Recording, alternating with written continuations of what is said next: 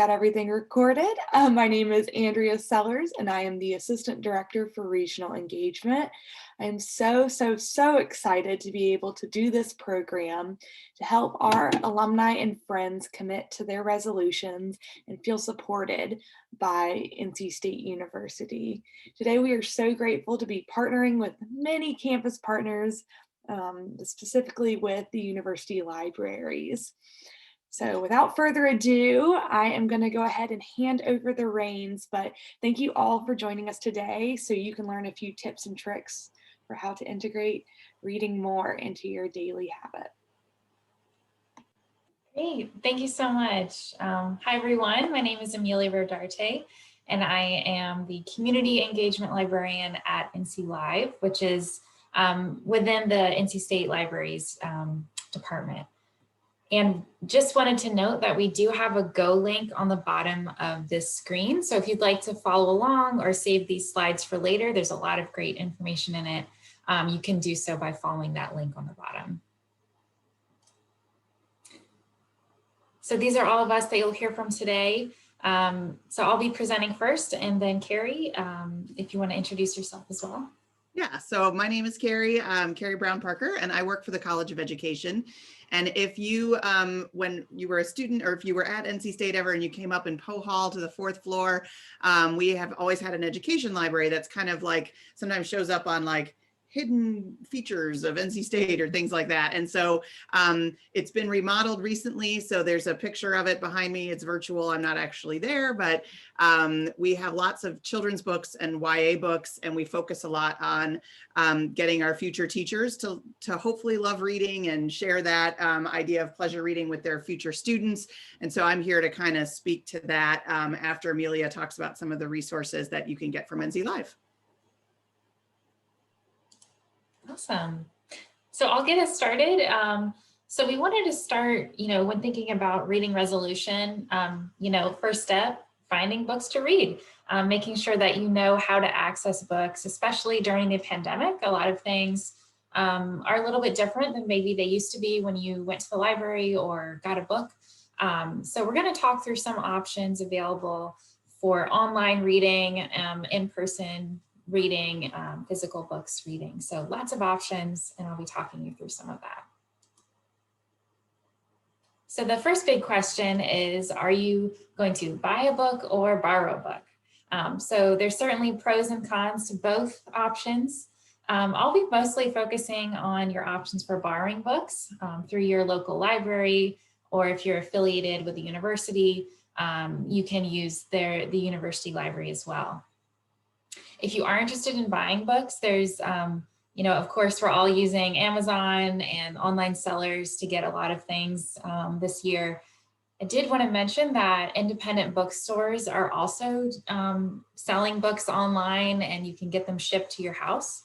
So it's a great option for if you want to purchase something and maybe want to also support a local business. There's a website on the screen, indiebound.org.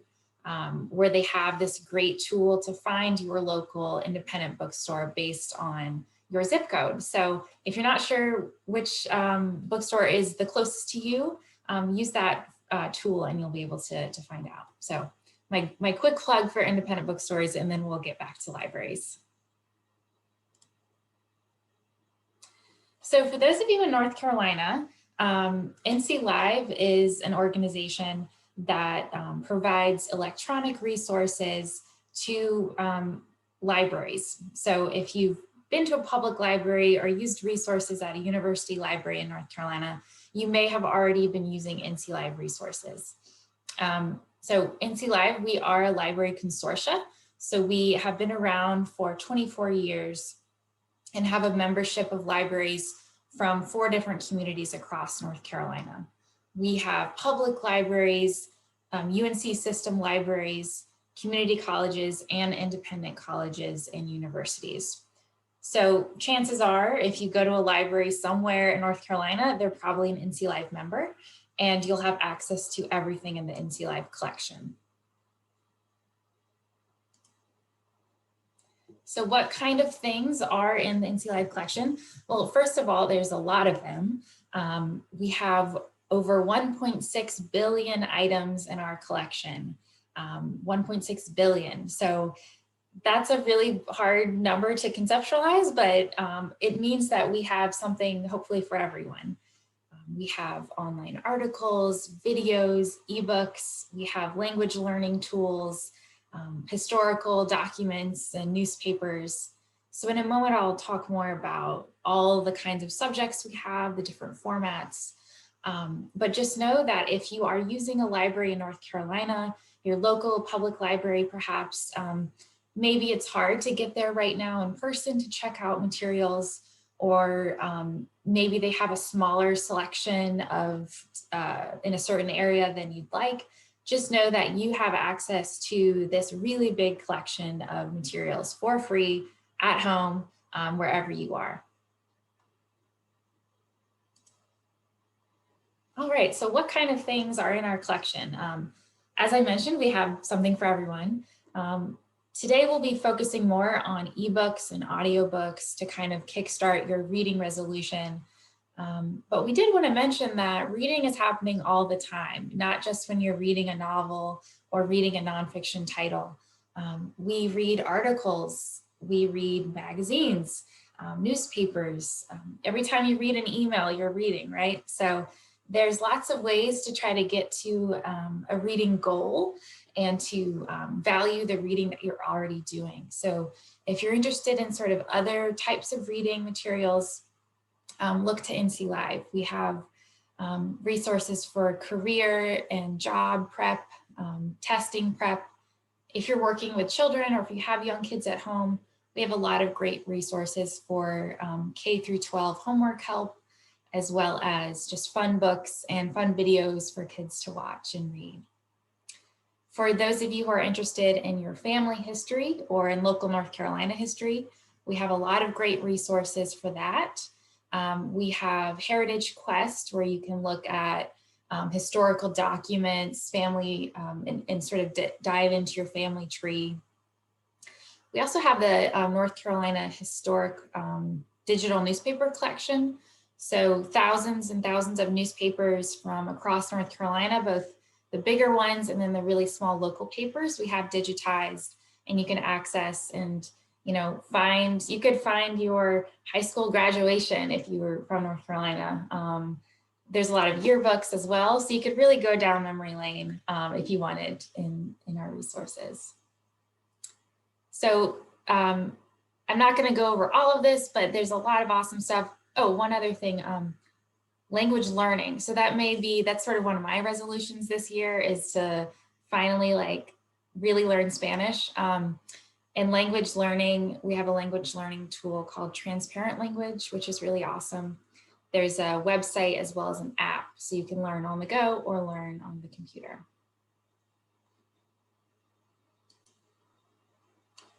This is a sample of some of the ebooks and audiobooks that you can get through the NC Live collection. Many of these books are available through our Homegrown Collection, which is a special collection of items that are published by North Carolina publishers and written by North Carolina authors. And all of these titles are available for unlimited number of checkouts. There's never any holds. You can immediately read it and you never have to worry about, oh, someone's waiting for it, I have to return it. You can read these books for as long as you want, as many times as you want. So a really great selection of nonfiction from some of our university presses, as well as YA books, cookbooks, nonfiction, memoirs. And we have other collections as well that include children's titles, health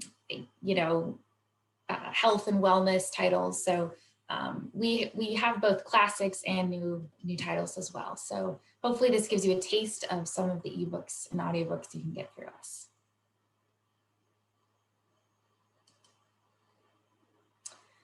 All right, so some of you may be thinking, this all sounds great, but I don't have a library card. So don't worry, you can get a library card, and all North Carolina residents are eligible for public library cards. So if you're not currently connected with the university, or you're not sure if you have the right kind of card to access NC Live, chances are you can find your local public library online and apply for a library card online. So because of the pandemic, libraries have sort of changed the way that they've done this. Traditionally, you'd have to go into a library in person, sign up there. But now a lot of libraries are actually having an online sign up for library cards. So you don't have to go in, you don't have to worry about, when are they open or what are the COVID protocols. So you could go ahead and sign up for a card and then immediately start accessing online materials.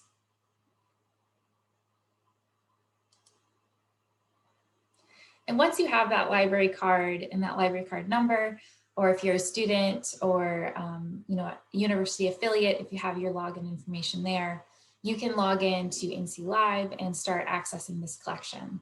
So your library card number is really the gateway to all of this. You can start directly at the NC Live website, or you can start at your local library website. So a couple options, but on the screen is a screenshot of our NC Live website, just to give you an idea of what it looks like. On the top right, it might be a little small on your screen possibly, but that's where you'd log in, you'd select your library and then enter your library card number, and then you can start browsing. So you can use that search bar in the middle to start, browsing everything in our collection, that really great big collection, or you can go directly to a certain type of item. So if you know you're looking for an ebook, you can just click on ebooks and start searching there. Same thing for test prep, learning languages, career development. So lots of options for how to get to your information source, your ebook title, whatever you're looking for.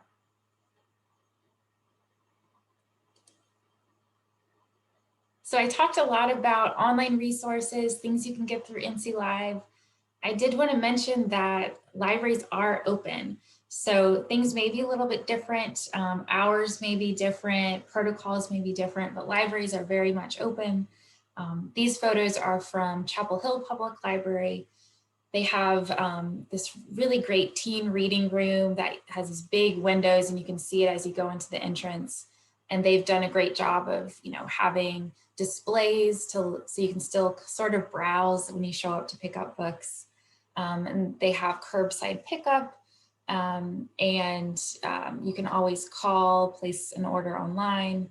So your local library probably is doing something like this. So if you're curious, how can I get books right now? Give them a call, check out their website, send them a chat. Libraries are more than happy to answer your questions and also recommend titles.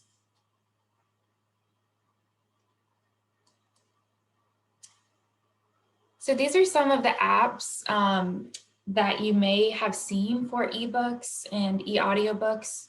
Some of them are available through NC Live, and some of them are just things that public libraries have themselves.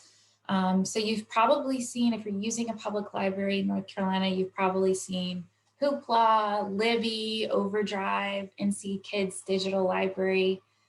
So there's a lot of really great options for an app or a web version of ebooks, audiobooks. And we can talk more about these if you have specific questions, but I just wanted to mention that there are options out there for apps. So you can download things directly, listen in the car, listen while you're doing dishes, whatever your favorite thing to do is. So check out your local library, see what offerings they have, and you'll have access to all of these awesome resources. Okay, I'm all set with my portion, so I'll turn it over to Kerri, who's going to talk about creating the habit. Okay, thank you so much. So that was kind of the other part of this presentation. Let's see, is the idea that where can you get books or where can you access books with things like a public library card or through maybe an NC State account, but then more sort of like, what do you do to read more? What do you do to get more into the habit? So one of the things that a lot of research would say about reading is that people have to find their homeroom book, their home run book, sorry, not homeroom, until I'm an educator, home run book before they really get hooked on reading. And this is true for kids, this is true for adults. Sometimes somebody later in life that wasn't much of a reader before can become one once they find that book that really connects with them. So part of the resources we're going to show are how to do that, or some places online to find recommendations and find read-alikes and other places to get a book that you really love. And so this part of our talk today is really about that idea of pleasure reading and how much that matters both for children and adults and everybody in between. And that if it's pleasurable to you, you're going to be more likely to do it. And that also is true about whatever you do with reading. So when we're talking about a habit, maybe for you that means keeping a log or a journal, or maybe that means setting yourself a challenge or some goals, and or discussing with other people books. And if that's pleasurable to you, then it's a great idea to do for building a habit. If it's not, maybe not so much. So nothing that we're going to talk about is like, this is really what you must do in order to build a reading habit. We're just going to share some different thoughts. So wanted to start with some quotes from some authors, and this one by Kate DiCamillo, who you may know or have heard of some of her famous children's books like Tale of Despereaux or Because of Winn-Dixie. And this statement from her: reading should not be presented to children as a chore, a duty, it should be offered as a gift. And this idea that we really want reading to be pleasurable when we're working with kids too. So if you're trying to build a reading habit for a young person in your life, then really making it be something that they enjoy rather than focusing on things like levels of books or those kinds of things, or even for yourself. It doesn't always have to be something that challenges you or is something that you feel like you should be reading. You want to focus on things that are pleasurable to you. So this too, knowing that if we look at this statement, reading is to the mind what exercise is to the body, that if we want it to be a habit, you just have to do it. And so we'll talk about some strategies to help you just do more reading. And finally, this from Anna Quinlan: we read in bed because reading is halfway between life and dreaming our own consciousness in someone else's mind. So we want to have a space where we can really get involved in reading. And so this sort of quote, the idea of like, where are you going to read might be important. How are you going to read is important. And then reading for things that you personally enjoy. So let's do this with some questions. So first, when we look at what psychologists have to say about reading a habit or reading habits in general, one is, do you just have 10 minutes? Sometimes I think there's a way to think about reading like it has to be something you do for hours or a whole hour or something like that. But fitting in just short bursts of reading whenever you can, and maybe even setting yourself a schedule so you do that 10-minute break is something that can help build that reading habit. Do you like a morning cup of coffee or a walk in the afternoon or something else that you always do? If you can start associating with reading with something you already enjoy doing, then you're more likely to do the reading. So maybe you tend to grab your phone. There's a stat that many adults spend 2 to 3 hours on our phones a day. So, could you cut that by 10 or 15 minutes instead of scrolling social media and do a book instead? Or some of the resources Amelia talked about also include audiobooks. So could you check out an audiobook and add an audiobook to your walk? That's reading too. So thinking about ways that you can already associate something you love with reading. Or another sort of from psychology would be right after you do something you love, following it up by reading so that you connect those two things together in your head. Again, if you're looking for some motivation to read more. If you are a person who loves goals or checking off accomplishments, try setting yourself a goal like a book a month or a book a week, depending on how much more you want to add, or a certain number for the year. And we're going to look at this site called Goodreads. And I'd love to see from you via the Zoom tools if you are already a Goodreads user. So if you could use the reactions and give like a thumbs up or a yes check mark. You could undo your camera and show us. But if you are already a Goodreads user, would you show us in some nonverbal way on the Zoom? Ooh, we got a heart in addition to some thumbs up and some likes. Awesome. Cool. Okay, so we got some of you who are out there as Goodreads users, and I see people in the chat. So if there's something you really like about Goodreads, I hope you'll throw that in the chat for everybody to see. I'm just going to show it briefly here. And again, the links are in the slides, and I'm sure that the alumni group can send out that link also, and we'll make sure to revisit it at the end. But it's just goodreads.com. And there's a variety of things that Goodreads can do for you. And one is that you can set a challenge for yourself every year and then use Goodreads to sort of connect with other people, find recommendations, keep track of the books you're reading. So you can see here, there's some books that I'm currently reading, and actually I've already finished Long Bright River. So once you finish a book, then you can kind of keep track with that as well on Goodreads. So I'm going to go ahead and click on that book just kind of as an example. And so one of the things that you can do is rate and review the book, but you don't have to. It's just if you rate books in Goodreads, it kind of helps make recommendations to you or know other things that you might be interested in as a reader. So if I give this, let's see, I have to kind of remember what I think about this. I'm going to give it a 3-star. When I first got into Goodreads, I gave everything a 5-star rating, and then because I just love to read, and then I realized I wasn't really helping myself filter through my books. So 3 for me is still really good, but I'm trying to save 5 for those, like we have a faculty member who calls them the wow books, right? Like the books that you just want to tell everybody about because they were so awesome. So if I give that my rating, I can also see the ratings from other people. Depending on the popularity of the book, I can see my friends who have read it and what they thought. I can read community reviews. Depending on if it's particularly popular, there will be other books by the author or quotes from the book. Kind of the more it's read, the more stuff Goodreads will have because it's a crowdsourced tool.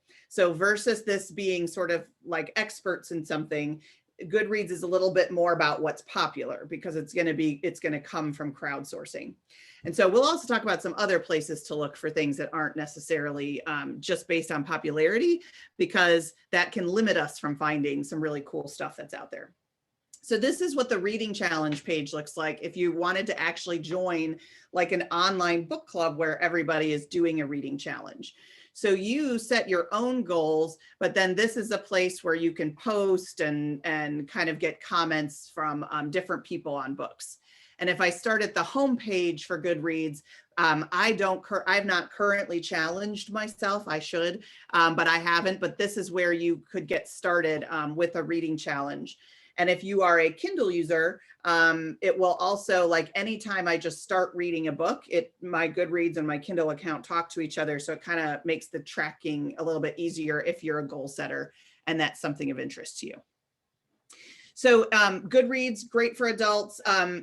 For older kids, older teens as well, definitely there's a massive amount of young adult kids on there, and their reviews will be peppered with YouTube videos and memes and all kinds of stuff. But there's also something called Biblionasium that is a similar kind of more like book logging. What do other people think about this book? It's more locked down, more safety concerned.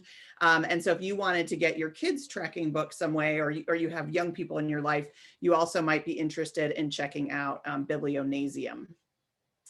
So a couple more questions.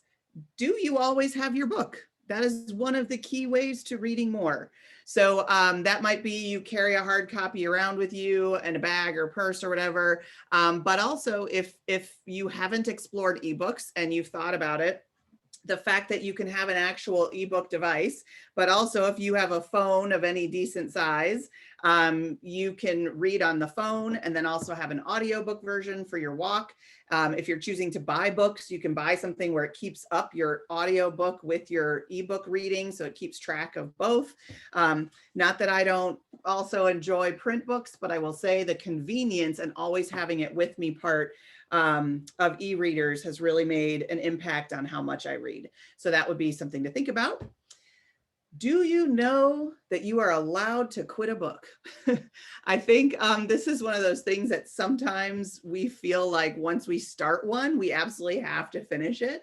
And you don't. Like if you've ever heard on NPR, there's a librarian named Nancy Pearl who's like the book wizard. She can pull books out of everywhere to recommend to people and connect them all.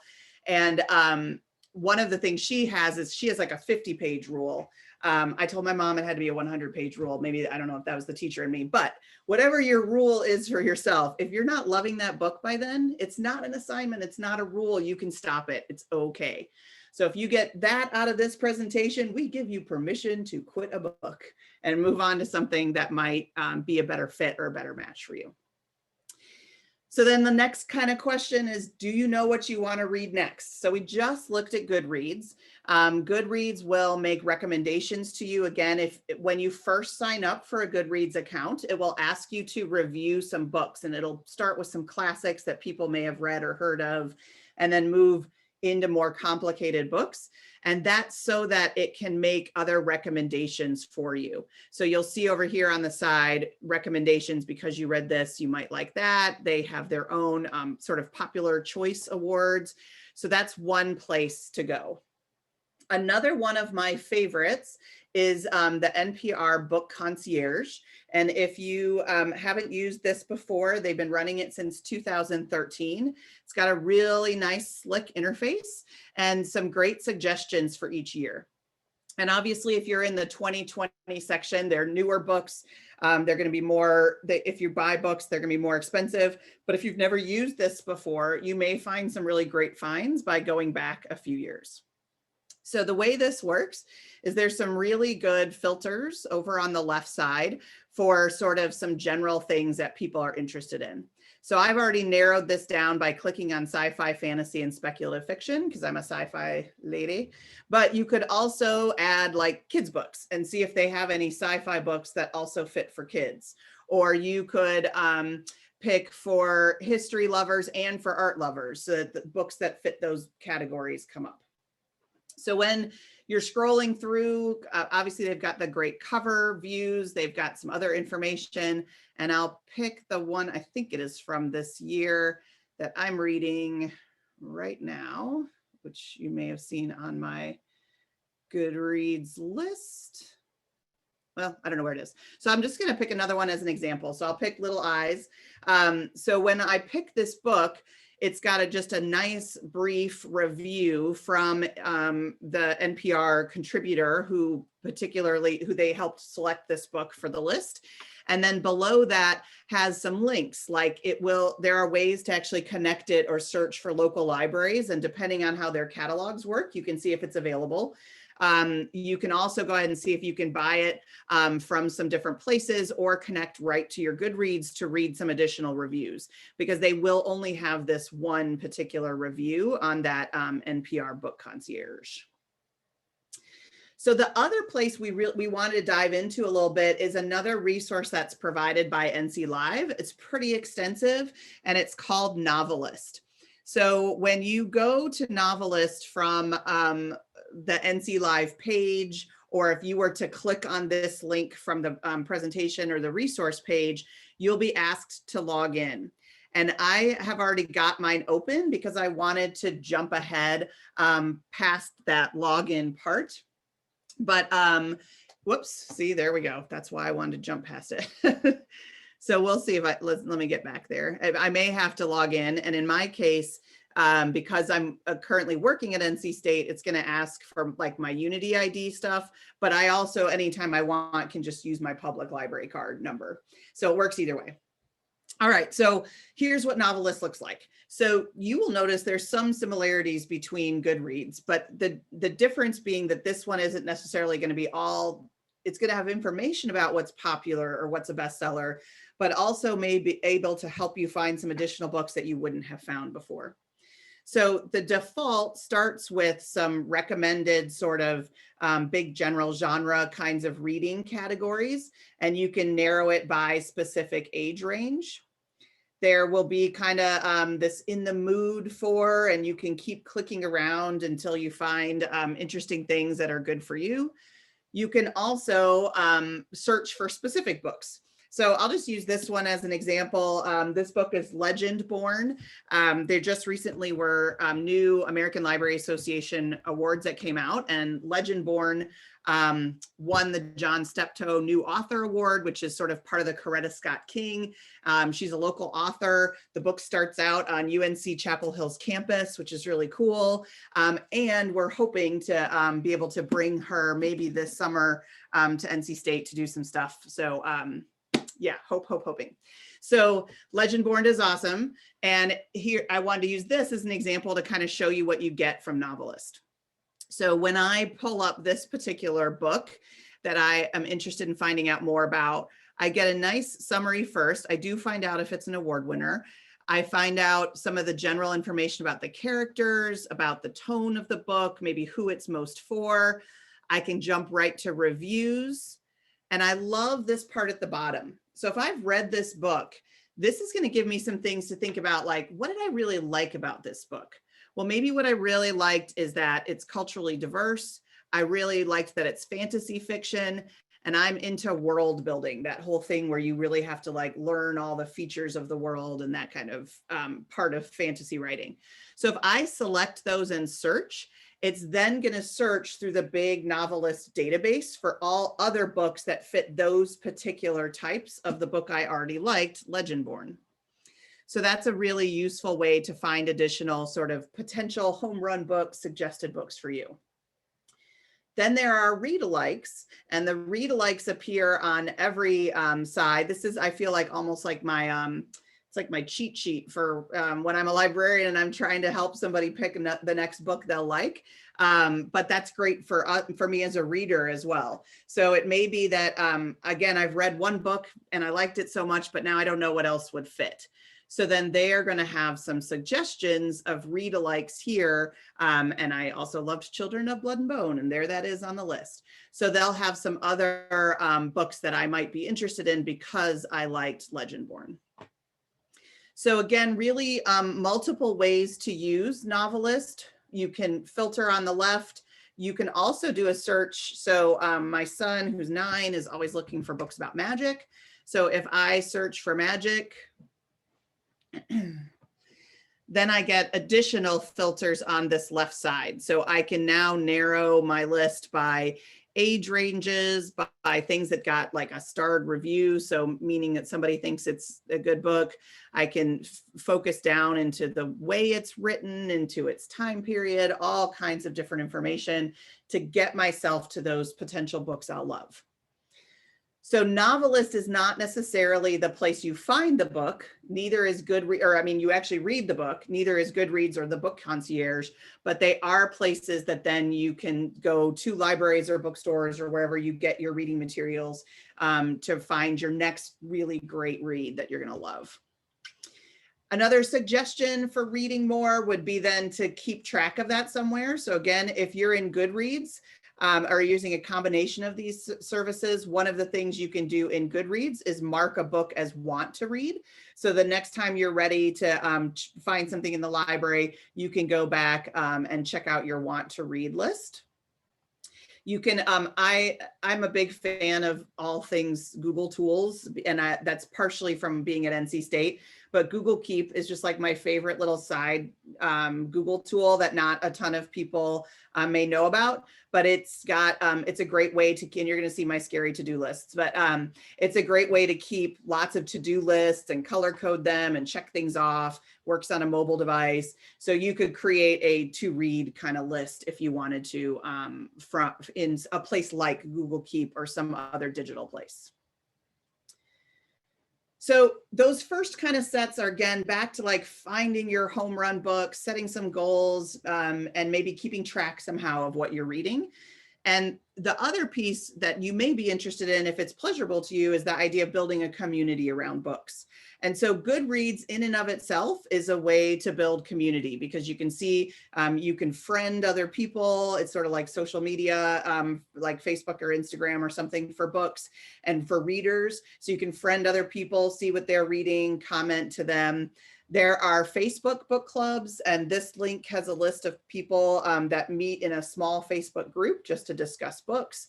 On Twitter and Instagram, you tend to use like hashtags or other ways to search.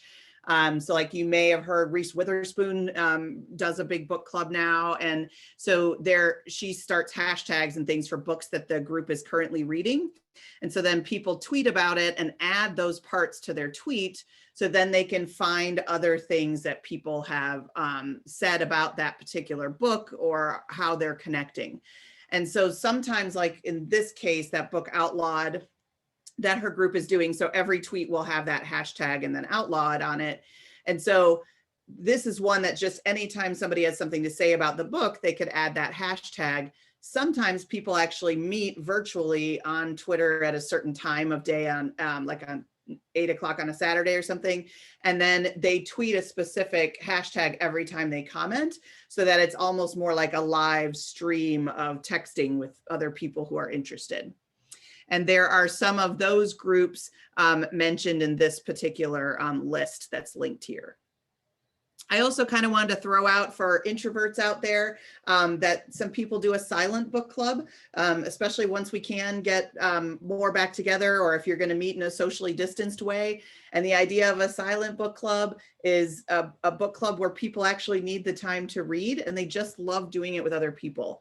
So you could do this via Zoom. Maybe there's some minutes of socialization, and then there's 30 minutes of where people just hang out and read whatever there's reading. And then if they choose to, they socialize at the end about books.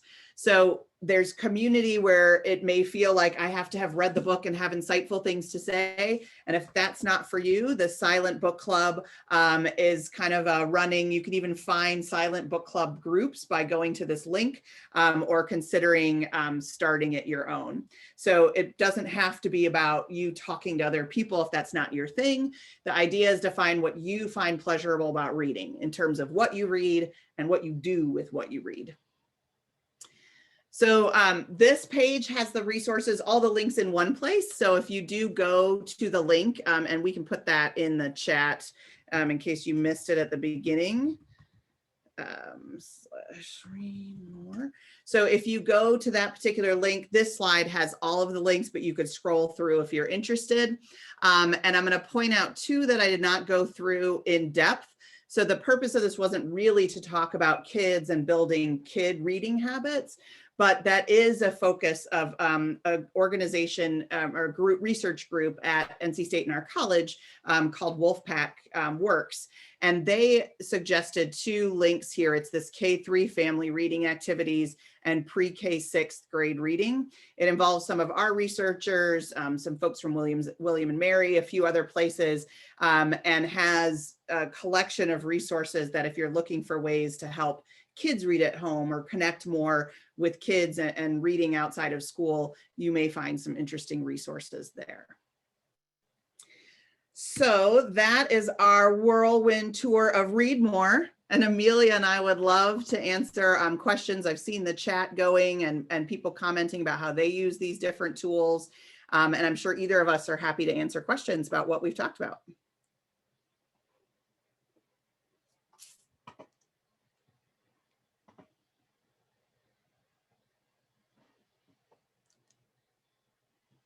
And I'll put us back into gallery view in case someone wants to unmute and actually be able to see other people. Can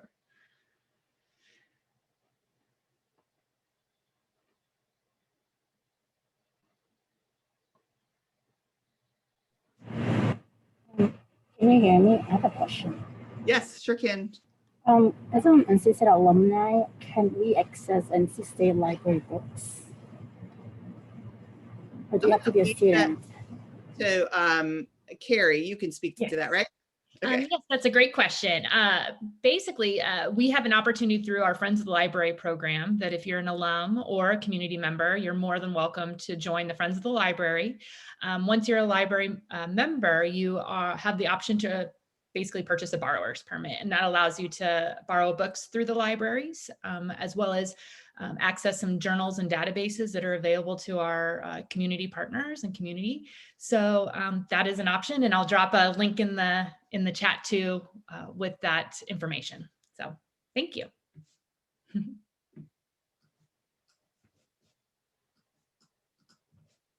I just want to say thank you. This was super helpful. One, I love your Zoom background, Kerri. That is brilliant. But two, this was super helpful. I think that sometimes I get caught up in, I don't have 30, 45 minutes, an hour to dedicate to reading, but your tip about if you just have 10 minutes doing that. So I'm going to try to incorporate that as well, and taking away from time that we're spending on social media or just, you know, binge watching episodes, you know, maybe pause between the seasons to read. And I love the Goodreads app. I just signed up for that platform. So I think that'll be helpful when I'm looking for what my next read is, or just to stay motivated. Similar to fitness, when you have other folks saying, hey, I ran 3 miles today. Hey, I burned 200 calories today. That keeps you going. So this was very helpful. Thank you. Great. And I love your too. Our Voices, Our Black History part stands out so well. And it's like such a great background for sending like a clean message. So I also like your background. Thank you. Thank you.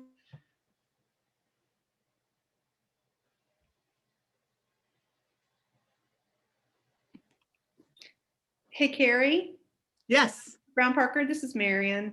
I've heard in the pandemic that some people are saying that they're having trouble reading, that they actually they're too jittery or they're too, just emotionally frazzled. And I have heard that some people are going back to things that they've read already in the past and rediscovering sort of old favorites because there's no surprises and it's just sort of comforting. Have you thought about pandemic reading as different from normal times reading? So I'm one of those people.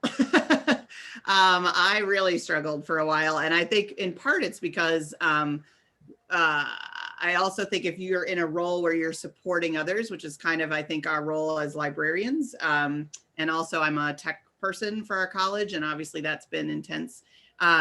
So I have not heard the idea of reading things that are familiar to you, but I love that and have certainly done that at other stressful times in my life. Like when I was a newish teacher, I had gone through and reread, or newish librarian actually, a bunch of all the Harry Potter books, because to me that is like ultimate comfort reading. And so I think I can understand how that seems like an amazing suggestion for during the pandemic.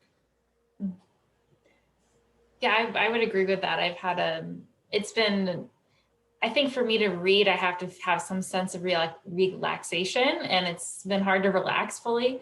So audiobooks have actually been really helpful because you are reading, you're in a story, you're learning, but you don't have to necessarily be fully focused, and it can just kind of be happening. So I've really had success with audiobooks. So that may be something else to try if sitting down and reading has been challenging.